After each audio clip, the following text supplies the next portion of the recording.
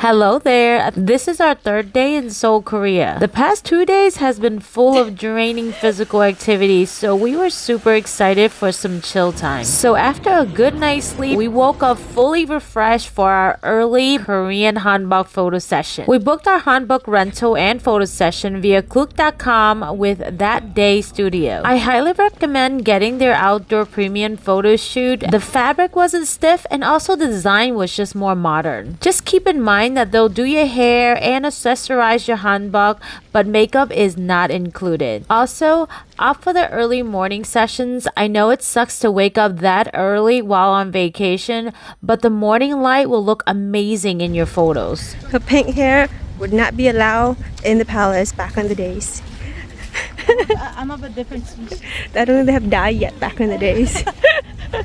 After taking pictures, we were free to roam around with our beautiful hanbok into noon. But y'all, back to reality. After a brief walk, we were reminded our foot was still sore from the hike and all the walking we did on day 1 and day 2. So needless to say, we hopped on right back to the studio, grabbed our luggages, and tried to do an early check-in to our hanok hotel. For those who don't know what a hanok is, so in Korea, a hanok is a traditional Korean building, and ours is located in the Bukchon village area. After a lot of research, we decided to go full traditional and chose the Rakuje Seoul main hanok. I hope I didn't butcher that, y'all. This place filled up fast. We booked 1 month ahead, and the only room left was the Gununbang room, which is the scholar room. This room was still very nice, but it's just the other one you were able to dine in your room, which I thought was a nicer touch. Unfortunately, we weren't allowed to check in early, but fortunately, they'd allowed us to leave our luggage there until check-in time. Since we had lunch reservation anyways, it worked out for us. So our lunch reservation is at Born and Bred, which is a bougie Korean barbecue restaurant that's listed in the Michelin Guide for Seoul. We booked a private room with their multi-course beef experience since they serve the finest hanwoo. Hanwoo is basically the Korean version of Japanese wagyu, so again, we had high expectations. From what we understood, the meat were carefully selected and aged to very high standards. But maybe our taste buds weren't refined enough to appreciate the meat because it wasn't as melt in your mouth as I'd expected. The banchans were really good, but you know, we didn't pay all this money for banchans. And the kicker was they serve us pho as one of their final courses. And y'all, I'm Vietnamese. That pho wasn't it, if you can even call that pho. Disappointed, we returned back to our hanok and checked in. They served us tea and a light snack during the check-in, so it just felt like you were coming home. We rested for a couple hours in our hanok floor mattress, which by the way was very comfortable. Then went to Itaewon since we missed out on the pub crawl tour from day 1. This place was something else, y'all. It's definitely a party town. The neon lights alone was a sight to behold. It serves as a stark contrast between Itaewon and the hanok village. After our late night bites at Itaewon, we returned back to our hanok and called it a night. Next morning, the hanok host woke us up for breakfast, and y'all, I loved every minute of it. Our traditional Korean breakfast was served with traditional silverware, and as we were eating our breakfast, we were overlooking a traditional Korean yard. You cannot beat this. I mean, really, it was just so nice. Now I know why this place stayed booked, because I would have definitely stayed here much longer than just one night. Definitely a wonderful place to get away from the hustle and bustle of the city. Almost like a reset button. And y'all, we definitely needed this considering the busy first 3 days we've had so far. So after breakfast, we had a really nice chat, just recollecting our friendship memories from the past 20-something years. This place truly puts you in a calming trance, and it kind of allows you to self-reflect, which I thought was just very nice. Our host even bought us complimentary hanboks for us to take pictures with within the vicinity. The hanbok was cute, but keep in mind, y'all, it's one size fit all, so we were literally floating in it. And one of the bow kept falling apart, so it was almost comical, honestly. Taking advantage of the morning light, we took like 100 pictures. All in all, I thought the pictures came out really cute. I would highly recommend anyone coming to Korea to try staying at a hanok at least for one night. We also wanted to check out one of the palace, so we left our luggage at the hanok and went to Changdeokgung. Hopefully I didn't butcher the name, but Changdeokgung, which stands for Palace of Prospering Virtue, is a multi-complex palace that was constructed in the 15th century during the Joseon dynasty. One of the standout characteristics of this palace is that it was built to blend in with the natural surroundings instead of imposing on it. It was destroyed multiple times due to war conflicts in Korea, but has since been reconstructed. Today, there are 13 buildings remaining in the palace grounds and 28 pavilions in the gardens, occupying about 110 acres. So yes, we did a decent amount of walking, but it was very enjoyable. I can see royalties enjoying their stroll in this palace, as the view of this place was very nice, and there were plenty of shades along the walkway. Y'all, this is where the crown prince study. No wonder they all go after each other and fight for the crown. That's just a study, y'all. Look at that. Dang, pimpin' style, way back when. And I bet you back then they did not see all those buildings. Back then it was just like a clear city line. The views from here must be insane. Wow. Y'all, this is how they lived back then. Look at that, look at that. You want to chill at that house? Or you can chill at that house? Or you can walk up the stairs and chill up there. Then you can walk down here and chill down here. Listen to the water in the pond. The view is amazing. Look at that bonsai tree in the middle. So gorgeous.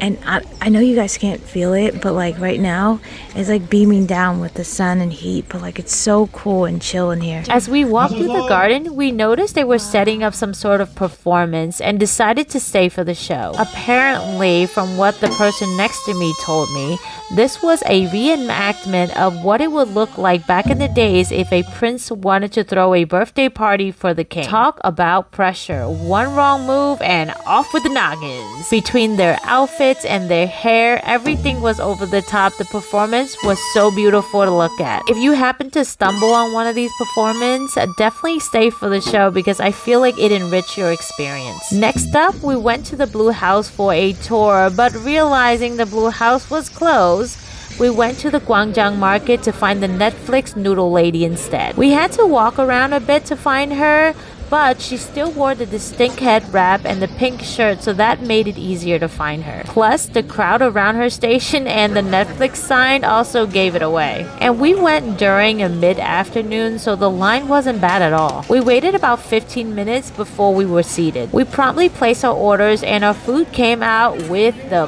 quickness. She was so nice the entire time while busy working at the same time. Now that, my friend, is a true hustler. She stayed true to the brand and kept the crowd moving. So of course we had to get the knife cut noodles, kalguksu, and the kimchi dumplings, which is what she was known for. I love the generous amount of black pepper, and the noodle was soft and chewy at the same time. Definitely made me think of a chicken noodle soup moment, but just way better. After fulfilling our mission to find the Netflix lady, we decided to walk around Gwangjang Market to see what else they offered. And they offer a lot, so you'll have fun just walking around and exploring the place. But y'all, you must try the honey nut filled hanbok and also the twisted donuts. It's the shop located near the entrance of Gwangjang Market with the really long lines. You won't miss it. And don't make the rookie mistake that we did and only ordered one donut. Get at least 5. And it's only $1 a piece, so you can't beat that. After a full belly at Gwangjang Market, we went back to our hanok and picked up our luggage as we were hotel hopping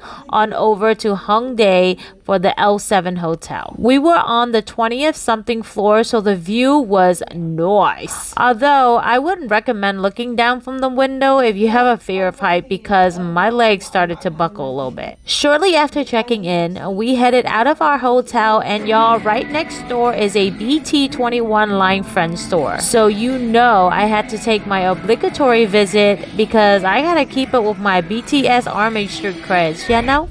Once again, we lost track of time and had to make a beeline to our Korean traditional dessert rice cake making class, which we also booked through Klook.com. I highly recommend this class as it was fun and fairly easy. The instructor pretty much prepared the rice dough and the mung bean filling for you. All that's left is for you to decorate based on her instructions. And y'all, my inner craft nerd was so excited for this. I mean, look how cute these turned out. Definitely one of my favorite activities we've done so far in Korea. When we went back to the hotel, the Hongdae market across the street was in full swing. So we walked over for food and to satisfy my obsession with night markets. And just so you know, during this trip, I probably went to about 6 night markets. I'm like Ash Ketchum with the night markets, you know? You gotta catch them all. The Hongdae night market was fun as there was shopping, food, and also people busking.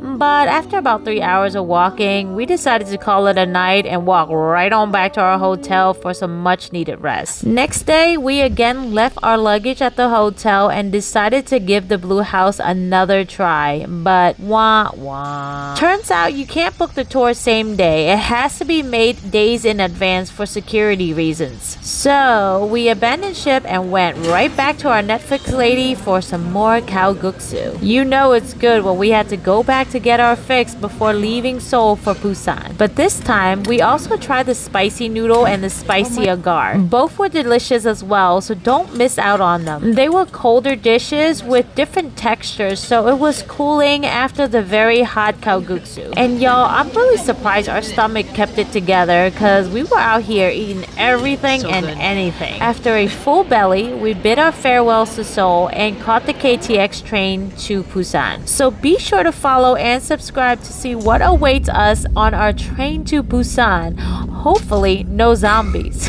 Thank you for watching. See ya.